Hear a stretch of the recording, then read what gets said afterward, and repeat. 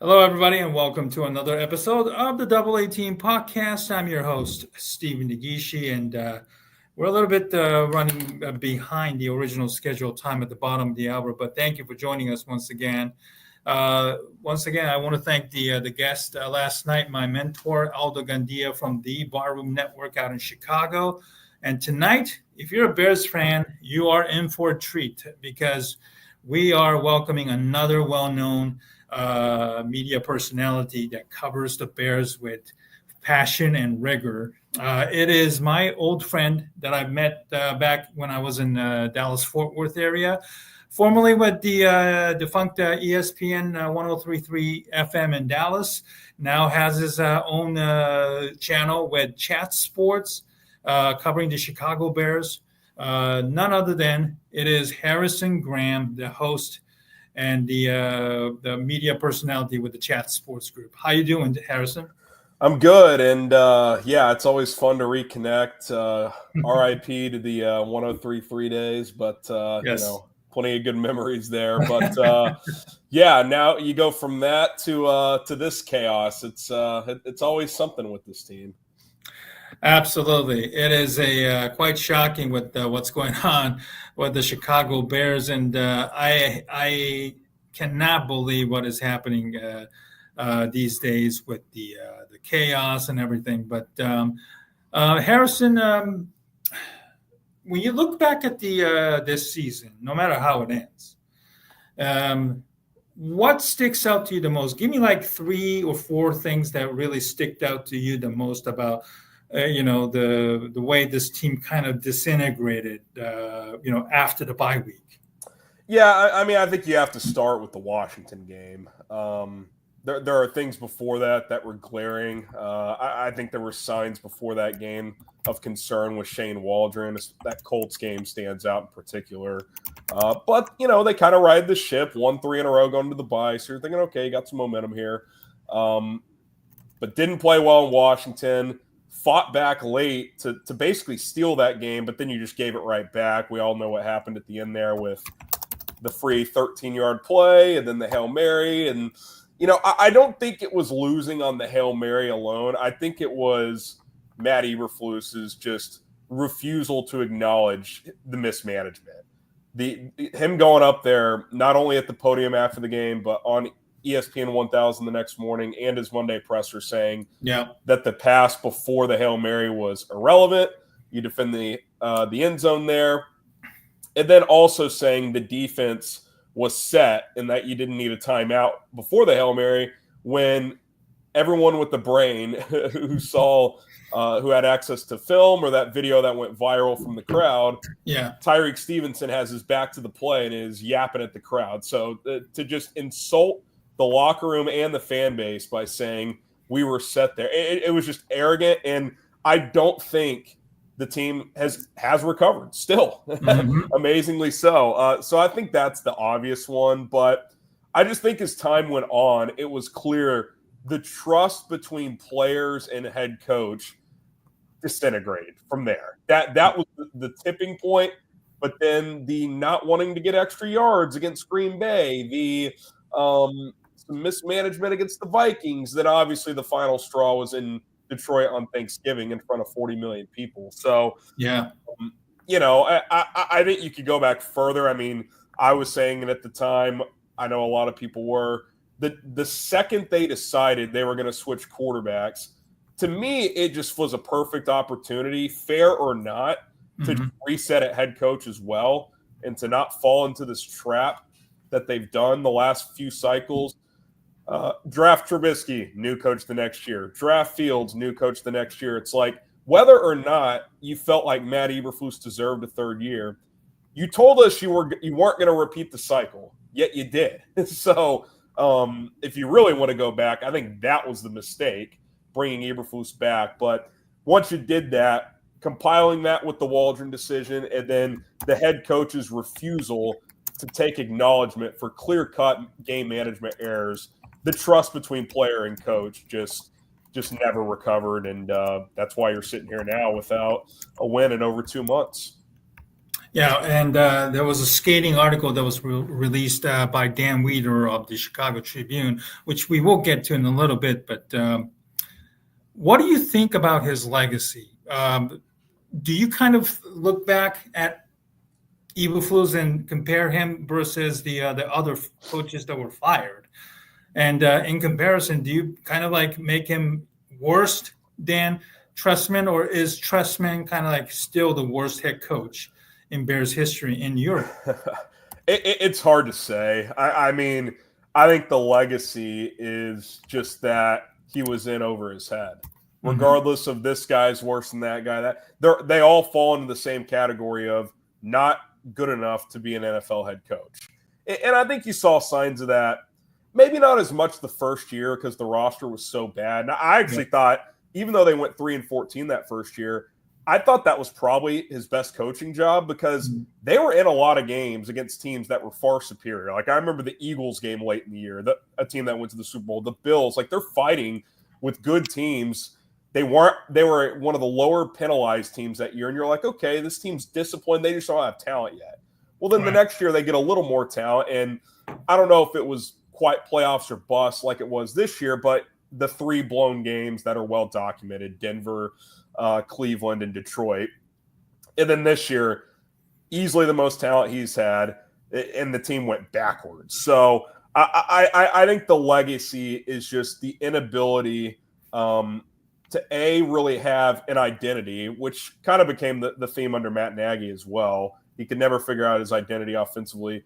And B, I just don't really ever felt, and I know we're going to get to this Wiederer article, but that he had a strong presence and ability to connect with players from a head coach standpoint. Like, we kind of saw it on Hard Knocks and some of the 1920 drive videos that the team puts out on their YouTube channel of like, he's got a little corny nickname for every play. Like some of that stuff works when you win. Like Jim Harbaugh, he's kind of a quirky guy, right? Well, the guy wins everywhere he goes, so it's easier to buy into that stuff. When you don't win and you yourself impact losing with some of these late game decisions, the quirkiness kind of just turns into corniness. And I think we saw that play out, especially over the last year and a half or so. Yeah, I totally agree. I will always remember him as the guy that never took accountability very, very seriously at all. As you mentioned in your, discussion about, the Washington game that completely, destroyed the entire season, and the players have really, really never recovered from that. And then from there, it was just a comedy of errors, with the Packers game, with the, putting Cairo Santos in a difficult spot to kick. The same with the Minnesota game the following week, where your zone defense just basically could not stop Minnesota at all. You don't fix the weak spot on your offensive line on the field goal unit the week later. I mean, that was crazy. It was. I mean, not only do you not try to get more yards against Green Bay, your first kick the next game, the same exact gap gets blown up. It's like, how does that happen? It's a lack of attention to detail. It really is. Yeah, it is absolutely shocking just how bad of a coach Matt Eberflus is. And as I'm sharing this article with all of you who are currently watching this tonight, this is an article that was released by Dan Wiederer, who covers the Bears for Chicago Tribune, about a very extensive length piece. Not necessarily what you call it a hit piece, but it's a well-crafted and well-written article about the tenuous position that Ryan Poles finds himself in and why he gets to, have another shot at the general manager. And also, as we were mentioning, the corniness that is the Matt Eberflus and his inability to connect with the players until his messages kind of fell on, deaf ears, like we saw, with the Lions game, where Jalen Johnson was yelling and arguing, and getting heated and everything. So it's just kind of like the comedy of errors. And the lie now the blame, I should say, excuse me, the blame now falls on the general manager, Ryan Poles. And, the question I think, I had with Aldo as well, and I think a lot of people are kind of mulling internally right now is Ryan Poles safe? This article written by, Dan Wiederer does seem like kind of a hit piece. Maybe, the Kevin Warren side maybe have leaked the information to make him look bad, and then maybe the inevitable, the separation or firing is still on the table, even though the day, the following week after Eberflus was fired, they gave, well, at least Warren, I should say, gave Poles the dreaded vote of confidence, even though looking at Poles, the way he looked down and the way he looked, he was kind of in shock, or maybe, if not, maybe embarrassed to the core. So before or after reading this article today, Harrison, where do you stand on Ryan Poles? Are you okay with him, staying or firing, or it doesn't matter at this point? Well, let me first say this. Going back to the presser, I've never seen him like that.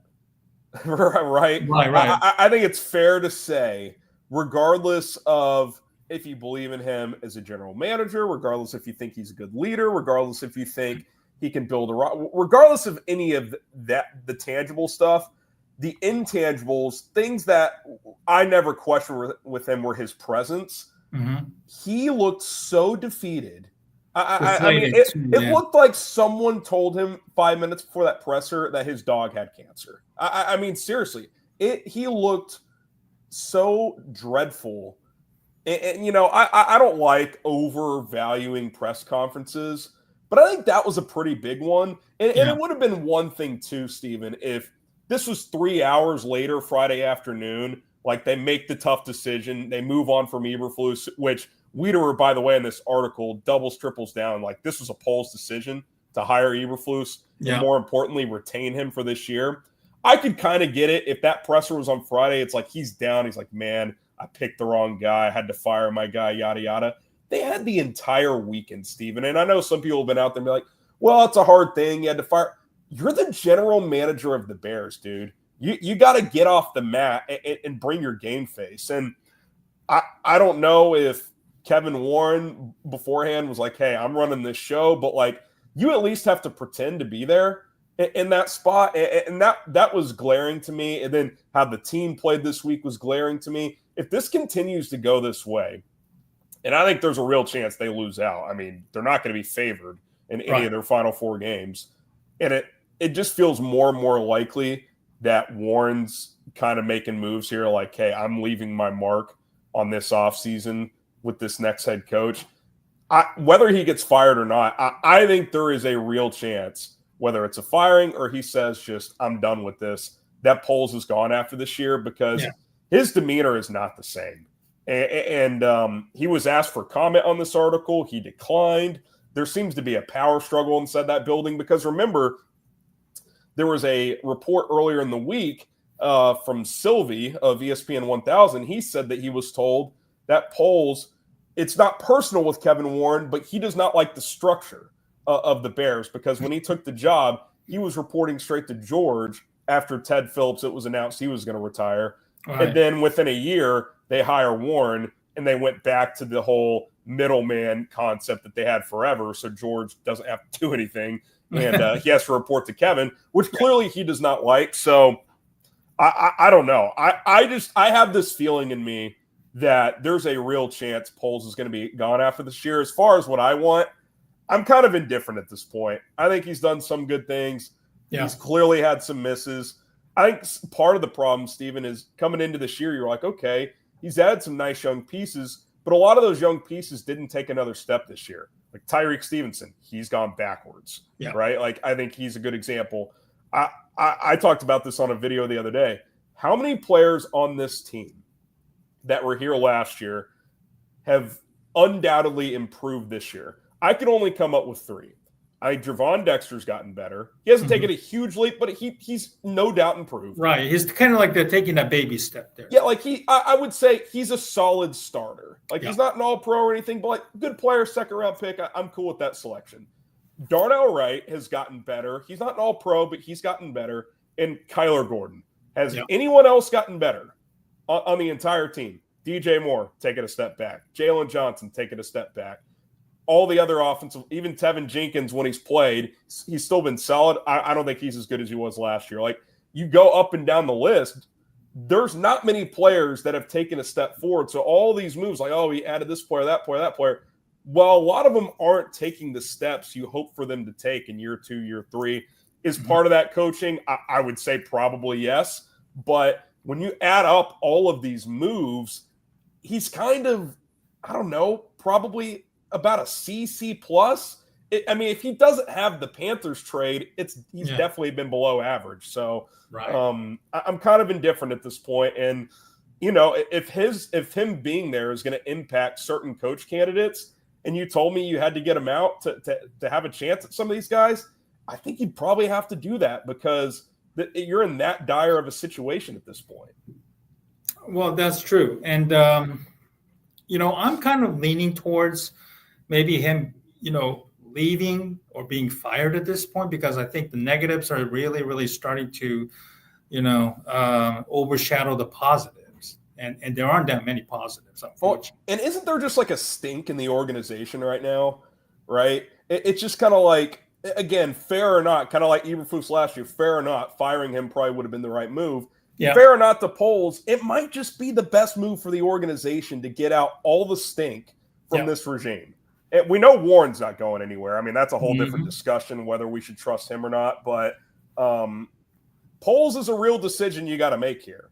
Yeah. And, you know, it's kind of like the Justin decision last year. If you're unsure 3 years in, you're probably sure. Well, we're 3 years in for polls. If you're unsure, you might be sure. So exactly, that's kind of how I feel about it. Yeah. You know, the 14-33 record as of right now, that's his record as well. You know, you have more losses now than Matt Eberflus, as mentioned in that Chicago Tribune article. And I totally agree. If you aren't sure 3 years in, you know, what is the point of you know, letting polls make that selection? I do believe that, you know, I know a lot of people don't seem to enjoy Kevin Warren kind of running the show. It looks like, and unfortunately, I've seen a lot of racial epithet being used on the online to describe Warren, you know, kind of stealing the thunder from Ryan Poles. But the argument can be made that Poles is so bad at you know, the coaching selection and firings since Eberflus has taken over, that you know, and he looked definitely defeated because he knows he you know, he screwed up so badly. And now that you know, he's kind of like that you know, child who is being reported you know, in school, and the parents that is Kevin Warren has to listen in and kind of hand out the a discipline of sorts. You know, I don't want to say Paul was you know, wild. Now that, you know, you have Warren kind of pulling in the reins, you know, Poles can't do things that he may have gotten away with, but now you're going to have to kind of learn to, you know, mature or learn from your mistakes, so to speak. And if Poles isn't, you know, learning from that experience and try and, you know, make himself a much better general manager if he gets another chance, you know, then I don't think that Poles shouldn't be a general manager with the Bears or anywhere else in that organization. So I just hope that if they're going to keep Ryan Poles, you know, the fans probably won't like it. You might as well, you know, have the same contract length with the coach, GM, and the quarterback. That is something that under George McCaskey's leadership, for some reason, the Bears have never done that. And, you know, and I understand, you know, this is where Kevin Warren comes in, and, you know, people think that he's just a lawyer, you know, just stick to stadium issues, so forth. But my argument would be, Harrison, that at least with Warren, you know, let's make one thing clear. He's not going to be like the general manager making draft picks, or he's going to Indianapolis Combine scouting, college players and so forth. But I do believe that, with Warren at least kind of, working side with polls, I think the vetting process should be much better, because the article here that was written in Dan Wiederer, it made polls look so incompetent, with the relationships that he developed with Eberflus and the agent that is former Bear great Trace Armstrong being involved in. It just made it look like guys. Just like polls just didn't do enough due diligence, in my opinion. Was that the kind of feeling you got from this article as well? Well, something that was glaring to me. First of all, no more Trace Armstrong, guys. That's my vote. Absolutely. But I think something that was glaring to me is that Wiederer, a quote from polls to the Tribune from last spring, is that Shane Waldron blew them away with his communication skills. Did he hire a doppelganger to do these interviews? Because anybody who watched Shane Waldron's first press conference for 2 minutes was like, I'm not saying the guy doesn't know how to run an offense, but talking in a room, not a strength of his. I mean, it's not hard to figure that out. Right. Compare him and Thomas Brown at the podium. I don't know if Thomas Brown's going to be a big-time coach in this league. He seems like a likable guy. One thing that is undoubtedly true, he can command a room 10x Shane Waldron. That is not even a discussion. So for them to say he blew us away with his communication skills, it's just shocking. It makes me question your interview process. Exactly. It really does. And that's why, look, I'm on the fence with Warren because he's not a football guy, but what is Ryan Pohl's acumen at this point to identify the proper coaching? It says in this article, he was hand in hand in decision to bring in Shane Waldron. He doubled down on Matt Eberflus. We're talking about all-time bad coaches here. I know Waldron had some success in Seattle, but Pete Carroll was there, so he didn't really have to be the communicator in the building. Right. Matt Eberflus was here. He's not exactly an alpha. So, you just got this issue where you don't identify, and all we hear for 2 years, culture. Where's the leadership among the players, too? Because I think that's something that has to be said as well. I think a little tiny detail that the average fan has not noticed, but I've picked up on it.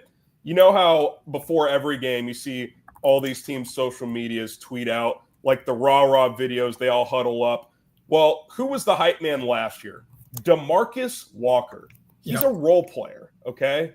First year on the team. Who was it this year? Kevin Byard.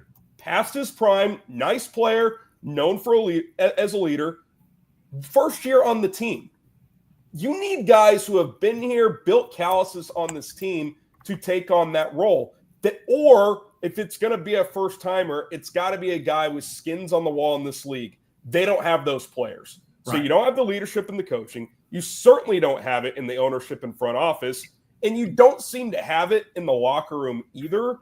You don't have any direction whatsoever on this fan base. And I think that's where we got caught off sides last offseason. Like, oh, you've got all this raw talent. You bring in Keenan Allen, you draft Caleb and Rome, and on paper, this team should be much better than 4-9. But who is leading the way? The answer is nobody. Right. And the 49er game clearly proved that the results spoke for itself. For players who wanted Eberflus gone, and they made no bones about it.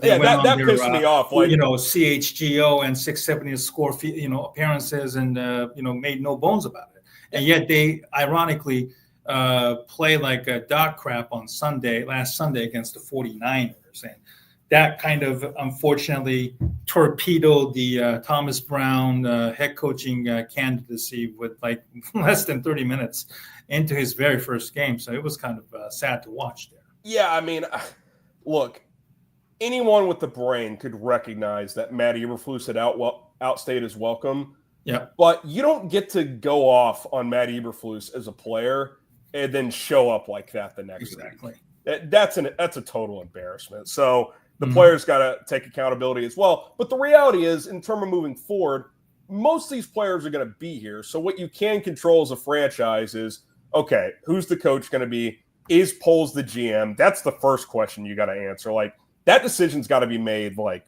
immediately, because like you're starting your coaching search now. So like, I know Kevin Warren at the podium says Poles is our GM. He's going to be our GM. But then you see an article like this, like it's hard to know if that's the case. I mean, it really feels like it's an unknown at this point. I mean, I don't know who some of the source people are in this article, but it certainly feels like a pro-Warren article to me. Absolutely. I think, last week when, as you mentioned, Mark Silverman from ESPN Chicago talked about how Poles doesn't like the current structure. It seems as though, with Selby, it was leaning towards, maybe pro-Poles because, ESPN 1000 is the flagship station of the Chicago Bears. And obviously he does the pregame show and the halftime show as well. So yeah, he also covered the Bears back in the 90s as well. Although there are a lot of people who have kind of turned on Selby ever since he mentioned about, how some of the players want Tyson Bagent starting now, which more or less it looked like it came straight from his father, Tyson Bagent's father. Yeah, I think Sylvie's been a little spotty recently. I think that's fair. Unfortunately, yes. But I listen, what he said about the Poles with the setup of the franchise, it makes sense. You take a job, you think you're reporting to the owner. Within a year, you've got this guy between you and the owner. Like that could cause friction. Like so, whether his sourcing is accurate on that or not, like it makes sense. Like if I took a job and I knew the structure, and then 9 months later, hey, you're actually going to report to this guy, I may not be that comfortable with that. So I don't think anything he said was like unreasonable to think could be a possibility. Mm-hmm. Understandably. And again, this is what happens when you have sweaty Ted Phillips, like people would like to call, get involved and then screw this organization one last time before he goes out of the door forever, into retirement. So, Warren's obviously, I don't know, people can say, he's an ambitious guy, blah, blah, blah. That's understandable, obviously. But he's got the experience working for Detroit and Minnesota, obviously. Detroit is what the Chicago Bears are right now, unfortunately. Whereas Minnesota, they've been to, NFC championships. They've also built a phenomenal stadium in downtown Minneapolis. Yep. So he does have, experience on that side. And I know I'm probably in the minority and I'm okay with that, but at least rather than George running the show or, sticking his head for and vouching to keep Ryan Poles or anybody else on that organization, I would rather have Warren maybe take a little bit of a reign here and then just make sure that, Ryan Poles is under control and maybe help him out, vet the process. Due diligence was probably severely lacking when it comes to interviewing these candidates, considering the number of coaches that have been, fired or dismissed. How can anybody forget about, Alan Williams' debacle last October, with the FBI involved in all that nonsense, that's still fresh in the minds of many, many people about, the disaster and the incompetence. So I'm willing to give Warren a shot and, about maybe you choosing the right candidates. And speaking of coaching candidates, obviously, we've been going down the rabbit hole about the leader among men stuff, et cetera, et cetera. But my take is that, no matter who you hire, if it's a first-time head coach, every coach, college or pro, they all have a start somewhere.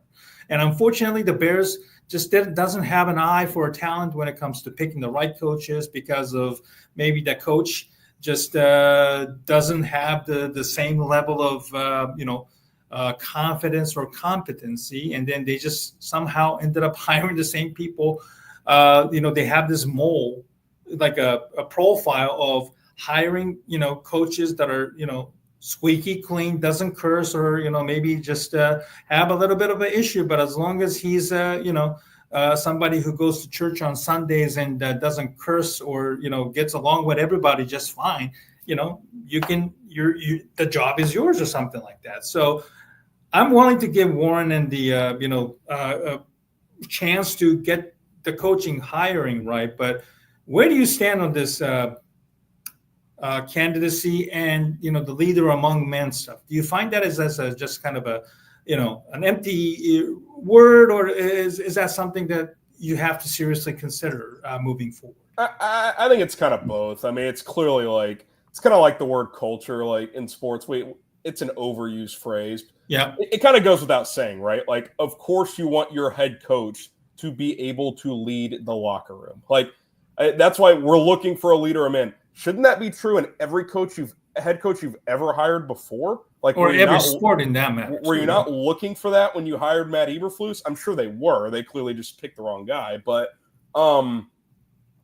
so the answer is yes, but I also am just like, well, I'm not saying you should know that when you should know that when you see it, but you should not know it when you see it, if that makes sense. Like, you should be able, I think it's easier to eliminate people when you interview people than it is to know 100% sure you've got like a home run. I've probably interviewed 25 people that have either have or have not ended up joining us at Chat Sports. And I've found that it is much easier to eliminate people than it is to feel like, oh my gosh, this guy's a grand slam. Unfortunately, the Bears have been unable to do the first part, which should be the easy part. Again, to say Shane Waldron blew you away with this communication is just shocking. But yeah, I mean, to me, I have two clear top candidates, and they're completely different candidates. It's the hot OC guy, Ben Johnson, and it's Mike Vrabel, who probably checks that leader of men mantra a little bit more. To go through each one of them, Johnson has led a top 5 offense the last 3 years, lots of experience. You would hope some of Dan Campbell's leadership attributes would have rubbed off on him. Obviously, that's where you really got to vet and do your homework. If you're the Bears, get to know him as a personality, not just as a scheme guy. Jared Goff is not a superstar talent, and he's elevated him higher to what he ever was in LA. Now, they have the best line in football. They have really good running backs, good personnel. I get all that, but it's not like he's Joe Brady working with Josh Allen. I mean, there's some limitations there with that quarterback, and I think what he's done has been excellent. And then Mike Vrabel, I think Vrabel feels like the safe hire. Like there's the ceiling is kind of low with him. It's a high floor, lower ceiling play. But I think he would bring stability to the organization, which you desperately need. I was listening to a podcast about a month ago, and they were hammering home, just hire Vrabel. And they basically said, look, just take the double. Sometimes these teams try to go for grand slams. The only issue with just settling for a double is you're in a division littered with home runs. I mean, exactly. Dan Campbell, Matt LaFleur, and Brian Flores. That's why, Kevin O'Connell. Kevin O'Connell, but as long as Flores is there, it's even better with that combination. But right, I would lean Johnson, even if it's a little riskier, because I think just him and Caleb immediately, you could really jumpstart that. Right. And B, ideally, it hurts Detroit a little bit, a team you're chasing. And you would hope you could bring in a veteran defensive coordinator that's maybe been a head coach before and could help him in that regard, whether it's Dennis Allen, who sucks as a head coach but is a great defensive coordinator, or Robert Saleh, who actually read earlier him and Ben Johnson have the same agent. I know we were against that with Poles Eberflus, but maybe I like Saleh a lot. So he could be a guy you could bring in with him. I understand it's risky, but everybody's a risk, especially for this team. Exactly. I think that's been proven. And I hate the Nagy comps too. Matt Nagy called 3 games for Kansas City, and it was Andy Reid's system. It's Ben Johnson's system. It's Ben Johnson's offense. He's been calling it for 3 years.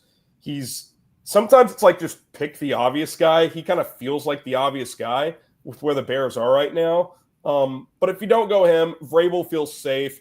I'd be happy with that. But you're adding more variables because you got to get the coordinator hires right as well.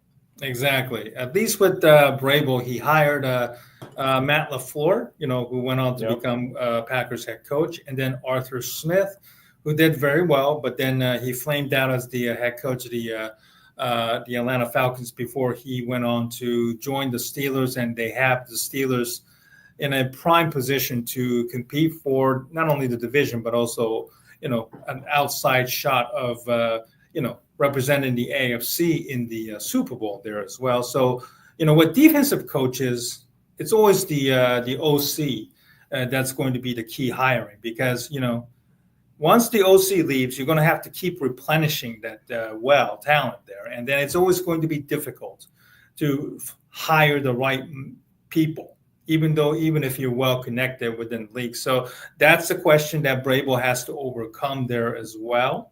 I totally agree with you. I'm a Ben Johnson proponent. I live out here in the Detroit area, and people just love him.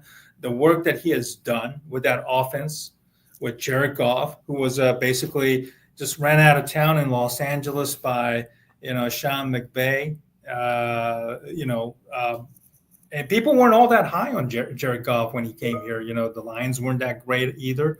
Dan Campbell was more known for the biting the kneecap and his Starbucks addiction, more so than whether he can coach or not. But 3 years later, the joke's on all of us right now. So I'm willing to give Ben Johnson the opportunity. First time coach. Hey, like I said earlier, every coach, college and the pro, they all have they all start somewhere, and then you just better hope that the Bears make sure that they do their due diligence on every candidate and make sure that if an offensive coach takes over, fix the goddamn offensive line for once and for all now. And then get maybe another wide receiver to replace Keenan Allen if he prices himself out. Maybe a running back if DeAndre Swift doesn't fit the system that Ben Johnson wants to run, or at least get another running back to go pair with Swift or Johnson, whoever might stay with the team at this point. So outside of these two popular names, Harrison, who is the coach that you're intrigued by, and the coach that you says, I am never going to touch this guy? Well, I don't want Cliff. Right. I know there's a small Caleb connection there, but I think that's been a bit overblown. He wasn't super hands-on in his 1 year at USC. Quite frankly, I don't even know if he'd want to interview here again. He's probably still pissed about exactly getting chosen by Shane Waldron over him. But right. I'm not that high on the Cliff idea. I'm curious to see how they finish with Washington this year. But to me, I like him as an OC. I don't love him as a head coach. Flores is a wild card to me. Yeah, it just concerns me when Tua is on record saying, I hate the guy, and that the guy told me for 3 years that I suck at my job. If he doesn't walk in there and sell you on A, he believes in Caleb Williams, and B, he's learned from his time in Miami. Like, if you're not 100% sure there, I just don't think you can take that risk. Yeah. I love his mentality, though. He's a no-nonsense guy. Minnesota has average personnel on defense, and they're playing like a top 5 unit. Yeah. So, I think he's worth interviewing for sure. I do just wonder if there's just too many questions there, though. Plus, he's suing the league still. Are the McCaskies going to hire someone that's suing the NFL? I don't know. Right. And I will also add that he's also part of the Patriots coaching tree that hasn't really been all that productive. He had back-to-back 9-win seasons in Miami, and they weren't that talented. So I think the guy can coach. I really do.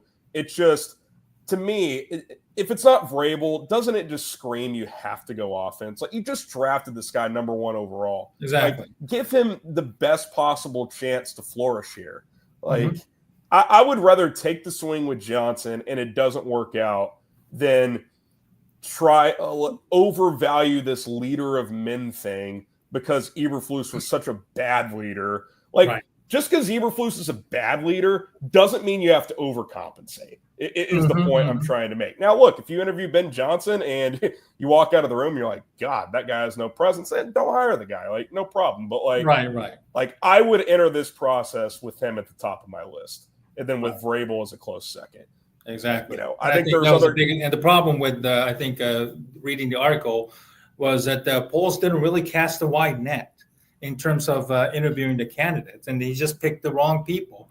Even though there were people saying, no, you should avoid this guy. I think the Nate Davis signing that was mentioned in that article was quite shocking. That people told him don't do it. The reputations around the league, he didn't even pay much attention. So that's one reason why I think Warren's like, you need to control yourself, buddy. Whether he likes it or not. So that's part. I do have a theory too. I think he's gonna keep polls because I think he knows that he can control them now. Where he's like, he could just be like, look, you've made this mistake, that mistake, that mistake. I'm taking more control of this situation. What are you gonna do? Resign? Maybe he will. Who knows? But I think Warren knows if he fires him and he brings a high level guy in here, that guy's gonna want to run everything. And I think Warren wants to run the show, at least to bring in this next coach.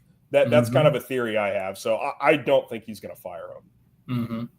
My guest tonight is Harrison Graham from chatsports.com and also on YouTube channel. He hosts the Daily Bears Talk on the same network. Stephen Negishi from the Double A Team podcast joining in studio with us. Thank you for joining us tonight. Philip Palmisano, this will be a very, very tough decision. Yeah, the Bears cannot screw this up, no matter who they hire. That is a given, Philip, and I totally agree. No matter who makes this hiring decision, they cannot screw this up because it will have a serious ramification that Warren has also stated that would impact the franchise. If they make the wrong hiring, this could set this team back 10, 15 years further down the road as well. So my other question regarding the coaching candidate, kind words for Philip Harrison's a beast, great podcaster. Sure. Yeah, I always enjoy following, his channel and, also the Sunday games, live game streaming as well, game casting as well. So let's see. What other candidates are you interested if you look at strictly from an offensive standpoint? Yeah, I mean, I briefly mentioned Joe Brady. I think he's worth talking to. I know a lot of people are like really, really not that high on him. Yeah, I like him. I think one thing he's done with that offense that Brian Daboll didn't do, and then what's the guy's name that they fired midseason last year? He's in Cleveland. Ken Dorsey. Ken Dorsey, thank you. He runs the ball with running backs effectively. Before that, it was like Josh Allen pass, Josh Allen run. That was the offense. So I think he's done a good job of finding balance there. Allen's turnover rate is much lower under Brady. So I do think he's had a tangible effect there. Young, bright guy. He'd probably be my number 2 offensive guy I would look at after Ben Johnson, obviously. Liam Cohen? Yeah, I like him. I kind of look at him. He kind of feels like the Bobby Slowick of this cycle of he's going to get interviews, but go back and do it for another year and prove it to me again. Whereas this year, Slowick, that offense has taken a big step back. So I wouldn't be that interested in Slowick. Cohen's from that McVay branch, though. So if you're trying to keep a similar style offense, he could be a guy you look at. That's true. Gosh, I mentioned Cliff. I wouldn't go down that road. What other offensive guys? I mentioned they're not going to fire him, but if Stefanski somehow got let loose, I'd be really interested in him. I think he's pretty good, but I think Cleveland's going to keep him. So but if he became available, he seems to be leaning towards that way. But if he became available, he'd be near the top of my list. Okay, I'll say this. If Daboll gets fired and you hire Vrabel as OC, I would be intrigued by. Not as a head coach, but OC. Well, that's true. That's true. His work with Josh Allen and also his time in Alabama is also undeniable there too. So, he ain't no slouch, but it's just that, just like the Bears situation, I think the Giants are also a very, very poorly ran, toxic organization, unfortunately, there too. Yeah. With Joe Shane running the show there. an interesting theory that has been kind of brought up in the past, that's being thrown around, is that the coaches hire general managers of sorts, or at least somebody that they're comfortable working with. It's kind of like a difficult, not difficult, completely opposite of what what organizations normally do. For example, I just mentioned Buffalo. They hired Sean McDermott, and then McDermott ended up picking Brandon Beane because they worked together in Carolina. So that's a pairing that seems to have really done an incredible job there. Shanahan did the same thing with Lynch. Exactly. Yes. Thank you for mentioning that one. Do you see maybe if the Bears get Ben Johnson to come, they could probably pick either John Dorsey, the longtime executive who worked with the Chiefs and the Browns, or maybe go with somebody a little bit younger, and maybe Ray Agnew, who's the assistant GM under Brad Holmes there too. Just make kind of a Detroit connection there. Yeah, I've seen that idea thrown out there. And I do wonder with Ben Johnson, because it's pretty well reported he wants alignment with the GM. Yeah. So if you're going to keep Poles, you have to extend him, which I think you need to do regardless. You either extend him or let him go.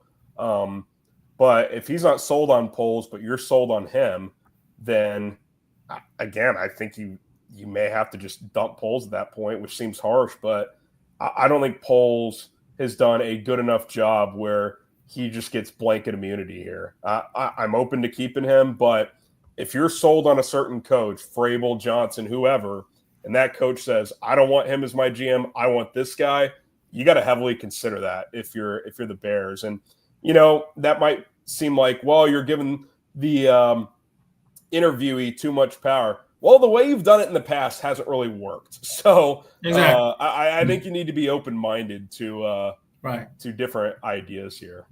Right. I know people get freak out when the coaches, get too much power at times. We've seen that with, John Gruden, and then even Vrabel himself. He got himself out in Tennessee because he wanted more personnel power, and then ticked off the organization as a whole there too. So, you want to make sure that the organization is,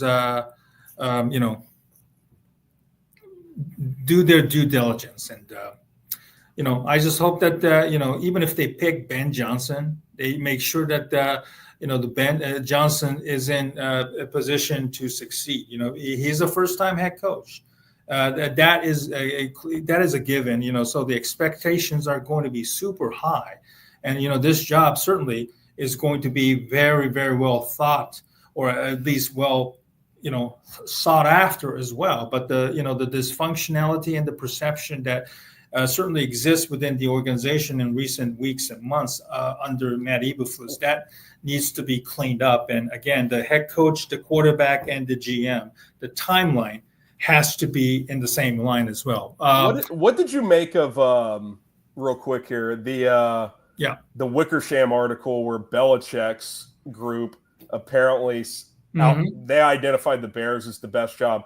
A, what did you make of that? And B, do you think it's a mistake the Bears didn't? I mean, they should have at least talked to the guy, right? Like I wasn't high on him as the head coach necessarily, but I think at this point you should be open-minded to any possibility, and to not at least do a real interview with him feels like a mistake. Well, first of all, I think it's highly, it's nice that Bill Belichick thinks that the Bears coaching opening is probably the best in the entire league. And I'll be honest, last year he only got one job interview with the Atlanta Falcons. Yep. And, you live in Dallas area. You've been hearing about Belichick to the Cowboys rumor for an entire season. But even, I think Jerry Jones didn't budge and didn't even give him an interview before Belichick and his, his people, Matt Patricia, Josh McDaniels, and Michael Lombardi, they ended up taking the job. Okay. Yep. I think that Bears aren't the only organization that probably didn't think Bill Belichick was past his prime, unfortunately. So I understand the feeling of it. Maybe Belichick wanted too much control over it, even though toward the end of his time, it proved that maybe Tom Brady had more cachet to his success than the Bill Belichick aura that he possessed when he was coaching in New England. So I totally get the thinking process that the Bears didn't want to rock too much of the boat, but they had the opportunity to interview last year and they stuck with Eberflus, and now they didn't even bother, but because Caleb Williams. And let's not forget, there's this perception out there that Belichick does not like Caleb Williams as there too. Well, every time he was asked about him on McAfee or whatever, he seemed to find something negative to say about his play. So again, I'm not even sitting here saying he should have been the guy or anything. But no. I don't think nobody's saying that. Doesn't it feel cocky by the Bears though? It's like, what have you earned to say we're not even going to talk to the guy? Like you should be open to anything and everything if you're the Bears at this point. Because right. Belichick took the UNC job first and foremost too fast for the availability. But they could have talked to him the second they fired Matt Eberflus. He was available. Mm-hmm. Like, what's the harm? Hey, we'll fly you out to Halas Hall. You want to come spend a day or two with us? I mean, I don't see what the downside is. Mm-hmm. It's not a huge deal, but I just think it's kind of like, all right, man, like I'm sure the Bears will figure it out this time. Like they've earned our trust. Right. Well, let's see what happens this offseason, because there's only 4 more games left of this time. And, we just want the season to be over with. Hopefully the Bears will pick up a win or two, which obviously doesn't necessarily mean Thomas Brown is the one that's getting the head coach. He might be a candidate, but he probably won't be nowhere near the top at this point right now. But it would have to be a pretty strong finish here. Exactly. We just want to see the Bears finish strong. Caleb Williams to stay healthy. I don't know if he will get 4,000, but maybe if he gets close, that would be something to feel positive about, entering this offseason. And hopefully, Ryan Poles is here or not. Maybe the Bears will finally get to do their due diligence and interview every candidate that is interested and make sure to pick the brains and get the right ideas moving forward. Well, listen, Harrison, I appreciate you coming on tonight. Make sure that everybody who has never followed Harrison, if you're a Bears fan, make sure to go check out his YouTube channel, Chat Sports, and follow the Daily Bears Talk content where, Harrison is the host on that channel talking about the Bears. And also follow him every Sunday, Monday, or Thursday when the Bears are playing for the live stream for engagement and engage with Harrison and his people back at Chat Sports as well. Thank you very much for your time tonight, and happy holidays to you and your family. And hopefully we'll do this again in a couple of months when we know who the coach is and the draft order is all in place as well. Absolutely. Happy holidays to you and yours, everybody watching out there. Let's do this again either during the coaching search, after. I'm always available, so yes, sir. You know where to find me, and we'll definitely do it again. Well, wishing you continued success with Chat Sports and everybody over there at Chat Sports as well. Thank you for your time tonight. All right, take care. Bear down. Bye-bye.